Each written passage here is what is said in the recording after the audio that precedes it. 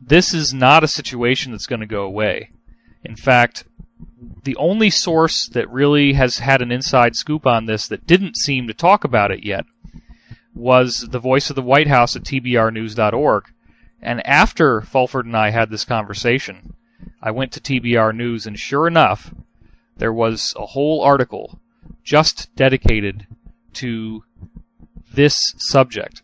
The voice of the White House now had his own intel confirming that a lot of the gold in the world's central banks is actually electroplated tungsten. In his idea, he thinks that China did it, and that we, meaning the U.S., did not actually create these forgeries ourselves. That's just his opinion, and I don't agree with it. There's a lot of other evidence that, in fact, it was done by people in the U.S., including whistleblowers I've spoken to privately myself, who confirmed that that's what was going on. So you have to understand that now we have multiple sources, including Voice of the White House, all saying the same thing. They're all saying this tungsten gold issue is real. It's not going away.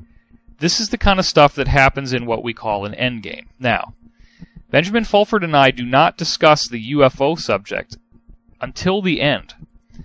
One of the really substantial things that's happened is that we have come into contact with a new witness who's choosing to call himself Hans Solo. And this guy actually worked for the Space Command, as it's called, the Air Force Space Command. This is allegedly a group within the U.S.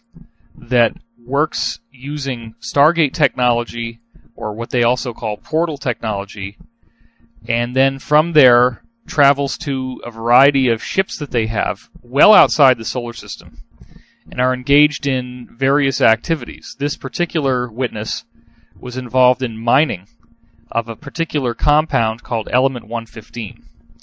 One of the things he told us in the interview is that the galaxy out at the far rim has different types of energetic fields that are much more powerful than what's around our solar system now, based on the physics of the energy fields. And because of these really, really high energy fields, there are actually going to be mineral deposits in the planets in that area, specifically the star Equuleus in the Hercules constellation, that are very energized and actually have element 115 in them that you can mine. Now, we don't know if this is true. We can't prove this because element 115 is technically a stable element, meaning that it could occur in nature, but there would be no example of it here on Earth. We can't even really create it in our high-powered particle accelerators because it's so vastly dense. But if you had a planet that was under vastly different energy conditions than what our planet has, then maybe it is possible. And we don't know if that's true, but that's what he's telling us. So anyway, this information coincided very beautifully with some stuff that Fulford had put out on his own blog, describing that one of the groups that's now contacted him in this greater Black Dragon Society was indeed U.S. Space Command, a representative of U.S. Space Command, who came out to Japan and told him that they are ready to cooperate. They see the fall of the Rockefeller faction coming imminently. They do not want to be associated with it. They want to be their own entity, and they want to be able to help the world. So they are saying that they have these spaceships and they have portal technology, and when the time comes, they are ready to disclose it. Now, Han Solo also has said that sometime this year we should likely see disclosure because it's a schedule that our guys here on Earth don't have control over. It's a very fascinating interview. We're in the process of having the transcript edited so we can put it online. It will probably not be ready for at least a week, but we're getting that done as fast as we can. We're not going to release the audio. We cannot compromise his true identity. So I was very keen on trying to get more information from Benjamin about what Space Command told him. You'll notice he's very evasive, and I'm not trying to attack him here, but it's very possible that he was sworn to secrecy on the things that he was told, and that could explain why he was so reluctant to discuss anything with me. But I do honestly believe that all of these things that you're about to hear Fulford and I discussing are leading up to a disclosure. The Rockefeller faction very obviously has been the main group opposing the disclosure of the reality of the extraterrestrial presence.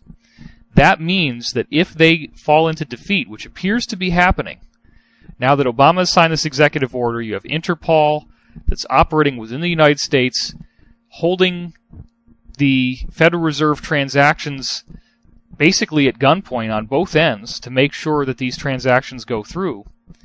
You see a much greater level of sophistication to this takedown than you've ever seen before. Now again, Haiti was supposed to be the main stopover point for a massive, massive amount of money that was going to be transferred out of the pockets of the Rockefeller faction to South America. And before the transactions took place, you had this earthquake. And I mean directly before. So, according to Fulford's latest posts, which are not covered in our discussion here, the international community is very, very upset about this. They're very angry, and we can expect things to get more intense, not less intense.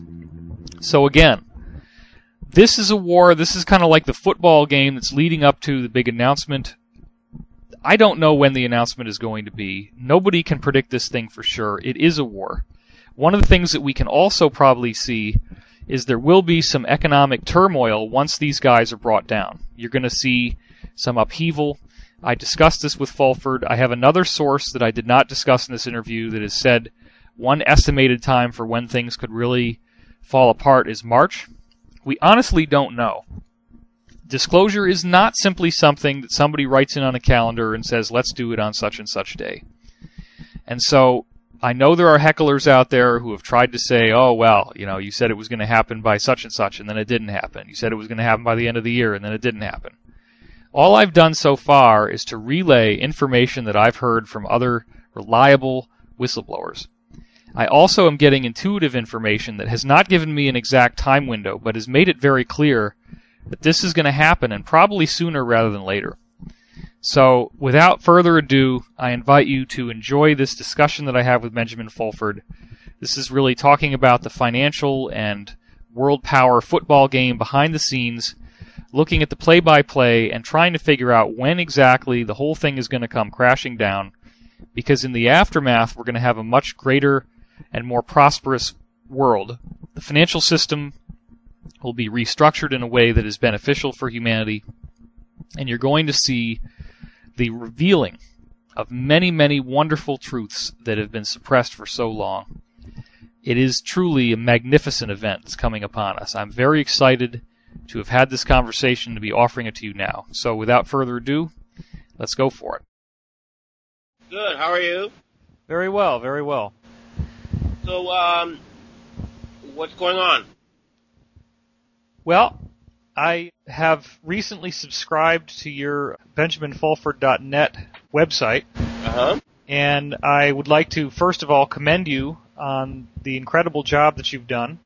I would say that the depth and the quality of your journalism has suddenly gone way up, and it's really nice to see that. I would encourage everybody to subscribe, because if people are only going and looking at benjaminfulford.typepad.com, then they're not getting the picture of what you're doing here. Now, you released a couple of them that were free to the public, right?